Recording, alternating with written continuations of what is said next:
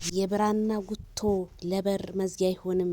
ማይክልዬ ጃክሰን የቅኔው ባላባት ቤተሰብዬ ላይክ ሼር ሰብስክራይብ እያደረጋችሁ ማይክል እንግዲህ በአዲሱ ቅኔው መጥቷል ማለት ነው። ቅኔ ይዘርፋል እንደ እናቱ ልጅ ማለት ነው። አይ ማይክል በጣም ትክክል እኮ የተናገርከው። ምን አለ መሰላችሁ ላያዋጣቸው ሄደው አሁን እኛ እግር ስር ይለምናሉ።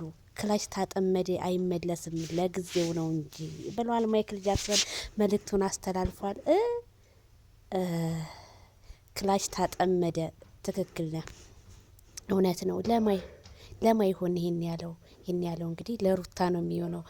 ምክንያቱም ፊት አንፈልግህም፣ አታስፈልገንም፣ የሚያስፈልገን ሌላ ሰው ነው ብለው ትታው ሄዳ አሁን ደግሞ እግሩ ስር ወርቃ እየለመነችው ነው። አይ ማይክል መቼም ሄርሜላ ከረሚላን አይሆንም። ምክንያቱም ሄርሜላ ከረሚላ በፍጹም ልመና አልገባችም እና ሩታን ነው ጥላው ሄዳ ነበረ፣ ተመልሳ መጣች።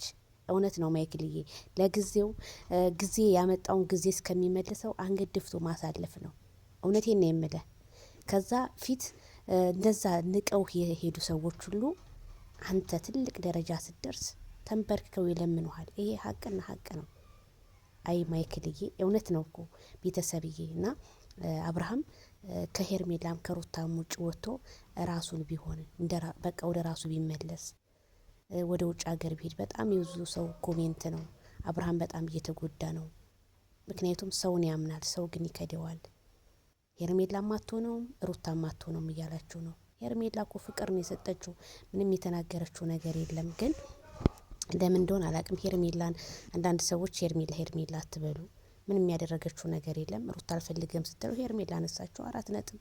ስለዚህ ማይክልዬ ጃክሰን ዛሬ መልእክቱ ይሄንን ይመስላል ማለት ነው። ደግሞ ምን ሊፈጠር ይሆን? ይችን ነገር የጻፋ መቼም ለሆነች ነገር ነውና እስኪ እንጠብቃለን ማይክልዬ አዲስ ነገር ካንተ